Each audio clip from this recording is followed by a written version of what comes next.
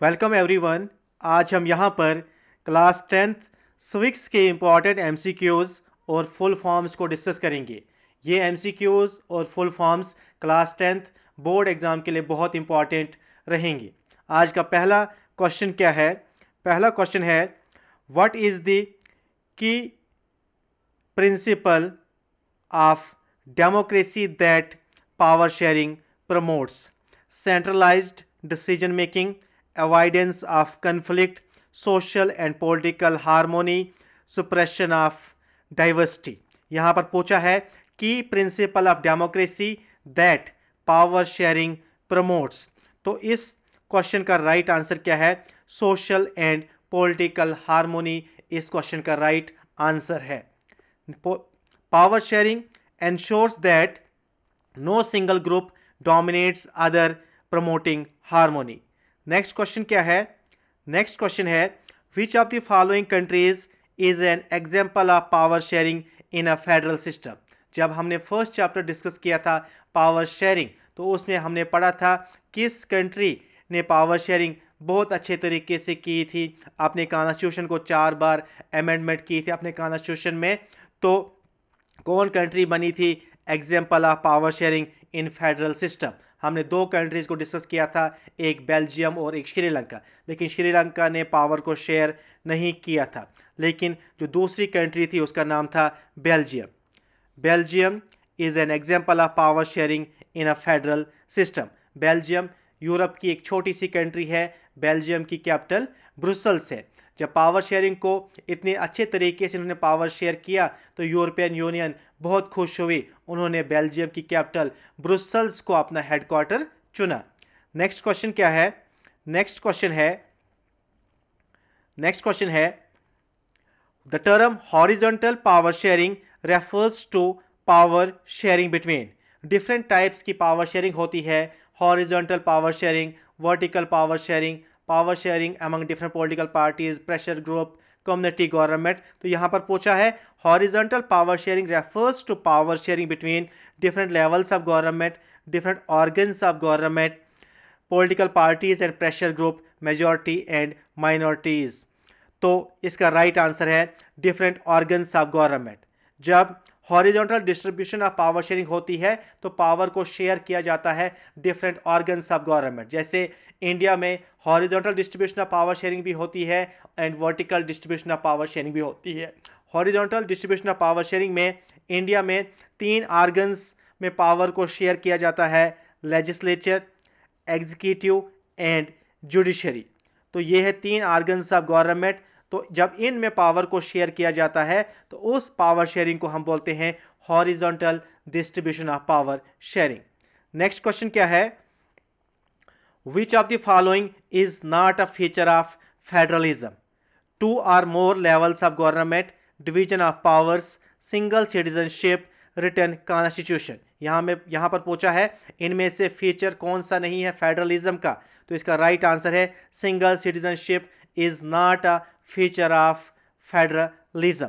Federalism allows for dual or more citizenships depending on the country. Next question क्या है? Next question है which level of government in India can legislate on the union list? Indian country को federal country 3 list बनाती है। जो हमारे constitution में 3 lists हैं, union list, state list and concurrent list. Union list में अराउंड 100 सब्जेक्ट्स हैं, स्टेट लिस्ट में अराउंड 61 सब्जेक्ट्स हैं एंड कंकरेंट लिस्ट में 52 सब्जेक्ट्स हैं। यूनियन लिस्ट में सब्जेक्ट की अगर हम देखेंगे कौन कौन से, जैसे फॉरेन अफेयर्स है, डिफेंस है, एटॉमिक एनर्जी है, करेंसी है, कम्युनिकेशन है, ये यूनियन लिस्ट के सब्जेक्ट्स हैं। यूनियन लिस्ट में जितने सब्जेक्ट हैं यहाँ पर सिर्फ सेंट्रल गवर्नमेंट के पास पावर है अगर इन सब्जेक्ट्स पर कोई लॉ बनाना है या कोई चेंज करनी है। स्टेट लिस्ट में अराउंड 61 सब्जेक्ट्स है, जैसे स्टेट पुलिस है। तो यहाँ पर क्या है, स्टेट गवर्नमेंट के पास पावर है इन सब्जेक्ट्स पर कानून बनाने की। कंकरेंट लिस्ट में भी बहुत सारे सब्जेक्ट्स हैं, जैसे एजुकेशन एक सब्जेक्ट है कंकरेंट लिस्ट का। तो यहाँ पर दोनों के पास पावर है। अगर यहाँ पर किसी सब्जेक्ट पर कोई कानून बनाना है तो सेंटर और स्टेट आपस में बैठते हैं, मीटिंग करते हैं। लेकिन अगर इनकी ओपिनियंस में कन्फ्लिक्ट आया सेंटर और स्टेट के बीच में, तो फिर यूनियन लिस्ट में किसकी राय चलेगी, किसका ओपिनियन चला जाएगा, तो वहाँ पर सेंट्रल गवर्नमेंट की ओपिनियंस को ज़्यादा यहाँ पर इंपॉर्टेंस दी जाएगी, वही ओपिनियंस माना जाएगा। तो यहाँ पर पूछा है which level of government in India can legislate on the union list, central government, state government, both central and state, local government. तो अभी हमने डिस्कस किया है सेंट्रल गवर्नमेंट। यूनियन लिस्ट में जितने भी सब्जेक्ट्स है यहाँ पर सिर्फ सेंट्रल गवर्नमेंट के पास पावर है। नेक्स्ट क्या है, what is decentralisation.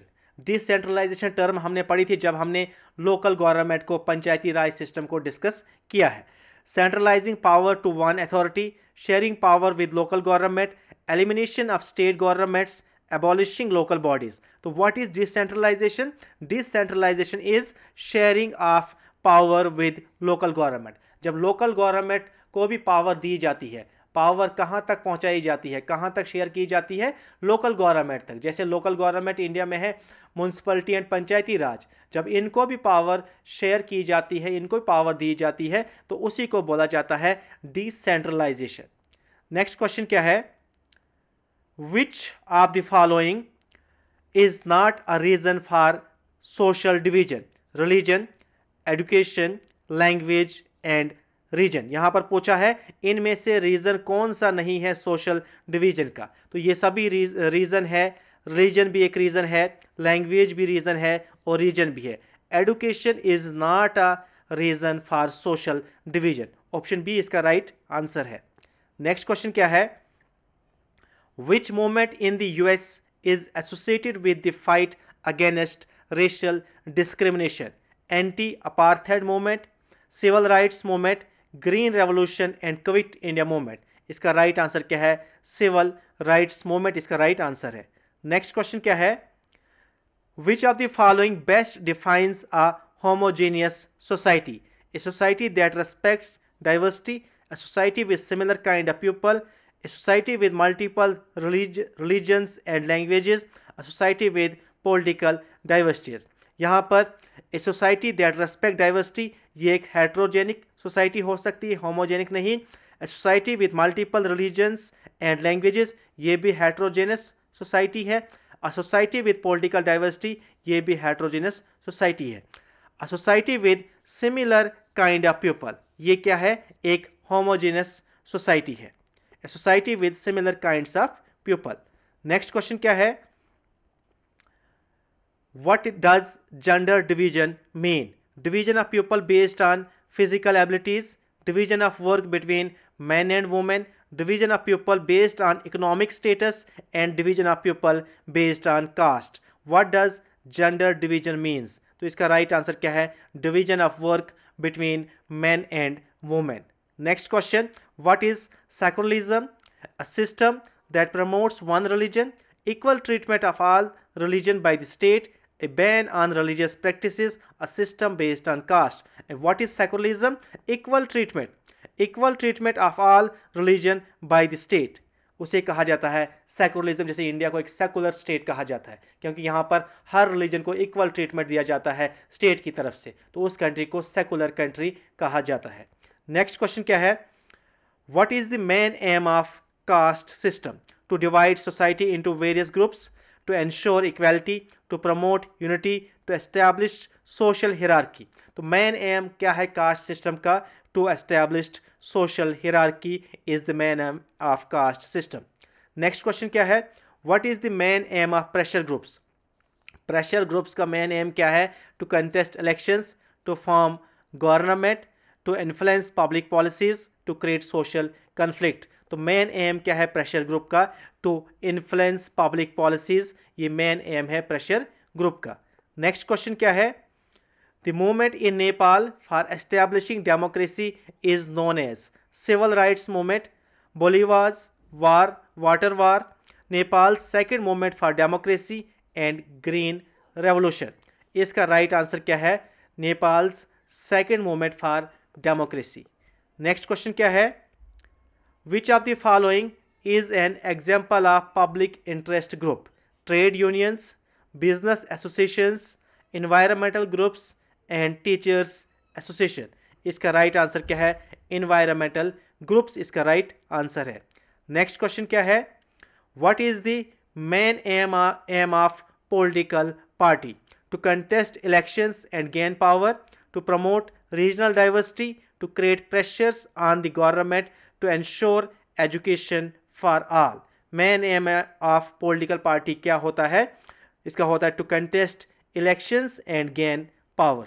Next question, which is a national political party in India? इनमें से नेशनल पॉलिटिकल पार्टी कौन सी है इंडिया में? नेशनल पॉलिटिकल पार्टीज वो पार्टीज होती हैं जो लोकसभा और दोनों स्टेट और लोकसभा के इलेक्शन कंटेस्ट कर सकती है। जो रीजनल पार्टीज होती है, स्टेट पार्टीज होती है, वो लोकसभा के इलेक्शन को कंटेस्ट नहीं कर सकती है। यहां पर पूछा है नेशनल पार्टी इनमें से कौन सी है? शिवसेना, बीएसपी, डीएमके, टीडीपी। तो इसका राइट आंसर क्या है? बीएसपी, बहुजन समाज पार्टी एक रिकॉग्नाइज्ड नेशनल पार्टी है। नेक्स्ट क्वेश्चन क्या है? Which political party is known as oldest party in India? BJP, INC, CPI and AAP. Oldest national party, तो इसका राइट आंसर है इंडियन नेशनल कांग्रेस, शॉर्ट में आईएनसी हम कहते हैं। ये क्या है? Oldest national party in India. इसकी फाउंडेशन कब हुई थी? 1885 बाय एओ ह्यूम। वो कौन थे? रिटायर्ड ब्रिटिश सिविल सर्वेंट थे। नेक्स्ट क्वेश्चन क्या है? Who is the head of the state at the central level in India? Prime minister, president, chief minister and speaker. तो इसका राइट आंसर क्या है? President. President is the constitutional head of the state while prime minister is the executive head. President को nominal head भी कहा जाता है और प्राइम मिनिस्टर को रियल हेड भी कहा जाता है। नेक्स्ट क्वेश्चन क्या है? Which amendment of the Indian constitution is related to Panchayati Raj? कौन सा अमेंडमेंट इंडियन कॉन्स्टिट्यूशन में रिलेटेड है पंचायती राज, और उसी अमेंडमेंट के जरिए पंचायती राज को कॉन्स्टिट्यूशनल स्टेटस मिला था? ये अमेंडमेंट हुआ था 1992 में। कौन सा अमेंडमेंट है ये? 42nd amendment, 44th, 73rd and 61st। तो इसका राइट आंसर क्या है? Option C, 73rd amendment is related to Panchayati Raj, and through this amendment Panchayati Raj got constitutional status। और ये amendment कब हुआ था? 1992 में। उसके बाद ऑप्शन फर्स्ट जो है 42nd अमेंडमेंट, 42nd अमेंडमेंट को मिनी कॉन्स्टिट्यूशन ऑफ इंडिया कहा जाता है। नेक्स्ट क्वेश्चन क्या है? What is made by the term secularism in the Indian constitution? अभी हमने डिस्कस किया था equal treatment of all religion by the state. Next question क्या है? नेक्स्ट क्वेश्चन है which of the following is not a part of 3 tier government in India? Local government, state government, national government and judiciary. India में 3 levels हैं government में। एक है central level जिसे हम नेशनल लेवल भी कहते हैं, उसके बाद स्टेट लेवल और उसके बाद लोकल लेवल। जुडिशरी पार्ट नहीं है 3 tier गवर्नमेंट इन इंडिया में। इसका राइट आंसर क्या है? Option D. नेक्स्ट क्वेश्चन क्या है? What is the minimum age to vote in India? Minimum age क्या है इंडिया में वोट की? वोटिंग राइट जब आपको मिलता है, पहले 21 ईयर्स थी, लेकिन बाद में इसको रिड्यूस करके आप कितनी एज है यहाँ पर? 18 years. Minimum age to vote in India कितनी अब? 18 ईयर्स है। ऑप्शन बी इसका राइट आंसर है। 61st अमेंडमेंट हुआ था कॉन्स्टिट्यूशन में, वोटिंग एज। इसी अमेंडमेंट के जरिए वोटिंग एज को रिड्यूस किया था इंडिया में 21 से 18। Through which amendment? Through 61st constitutional amendment. जो वोटिंग एज थी इंडिया में 21, उसको रिड्यूस किया था, कम किया था 18 साल। नेक्स्ट क्वेश्चन क्या है? आप कुछ फुल फॉर्म्स है, जैसे एनजीओ की फुल फॉर्म क्या होती है? Non governmental organization. Next RTI. RTI क्या है? Right to information act, right to information. CPI क्या है? Communist party of India. BJP Bharatiya Janata party. BJP की फुल फॉर्म क्या है? भारतीय जनता पार्टी। उसके बाद NDA, national democratic alliance. Next UPA, united progressive alliance. UNCED क्या है? United nation conference on environment and development. Next क्या है? ECI election commission of India. Next PRI Panchayati Raj institutions. UNICEF की full form क्या है? United nation international children's emergency fund. Thank you so much.